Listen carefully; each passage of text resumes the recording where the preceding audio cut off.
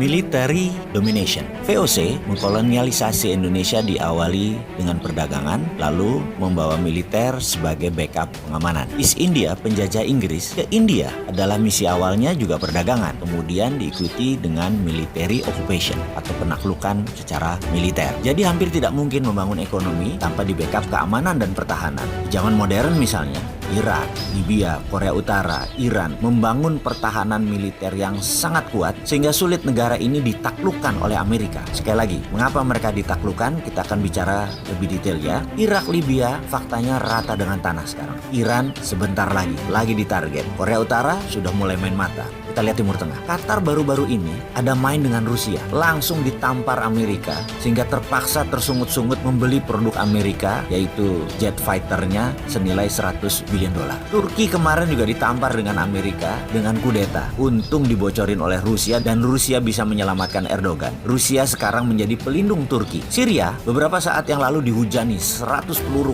kendali exocet oleh Amerika dari kapal induk mereka. Tapi hanya 21% yang masuk. Sisanya diblok dengan umbrella roket Rusia. Semua di counter bloknya di udara. Terlihat Rusia sangat kuat ternyata pertahanan militernya. Amerika serang Syria tersebut hanya bertahan sehari kemudian mundur lagi. Amerika kalah di Syria. Rusia pemenangnya. Dan ini adalah military domination. Kita lanjut tentang military domination. Cina menekan Nepal. Cina perang dengan India di Kashmir. Cina menekan Myanmar. Semua dengan militer karena mereka semua adalah home soilnya Cina. Dengan Taiwan. Dengan semua negara Cina yang nempel di perbatasan. Cina menekan mereka semua. Karena bagi Cina penting menjaga border darat tersebut. Secara kalkulasi, untuk urusan military domination, Amerika masih nomor 1 di dunia. Amerika anggarannya adalah 1.000 billion dolar per tahun. Sementara kalau dibandingkan Indonesia hanya 109 triliun atau 9 billion dolar alias gak sampai 1%-nya anggaran militer Amerika. Bisa dibayangkan. Dan military industry adalah penyumbang devisa 25% negara Amerika. Jadi perang itu penting bagi Amerika karena menghasilkan devisa negara.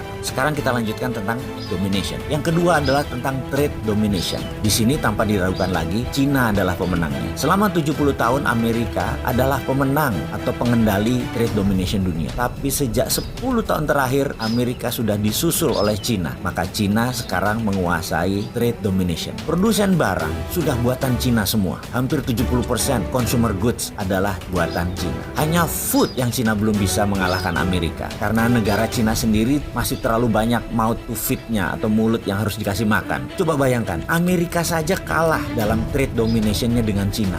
Apalagi Indonesia. Kita tanya secara sederhana Kementerian Perdagangan. Punya trade policy nggak? Punya trade diplomasi strategi nggak? Ini susah kalau nggak ngerti. Ya seperti sekarang kejadiannya. Jadi raja impor. Maaf loh ya, ini realita. Dan kita harus bantu menyelesaikannya. Kemudian masih ada 3 lagi tentang world domination. Siapa pemenangnya? Apa saja itu 3 lagi yang world domination itu? Indonesia di posisi mana? Adakah peluang Indonesia untuk mendominasi? Tapi sebentar, yang beginian penting nggak sih? Ada yang banyak yang minat nggak? Kalau ada banyak minat, saksikan video.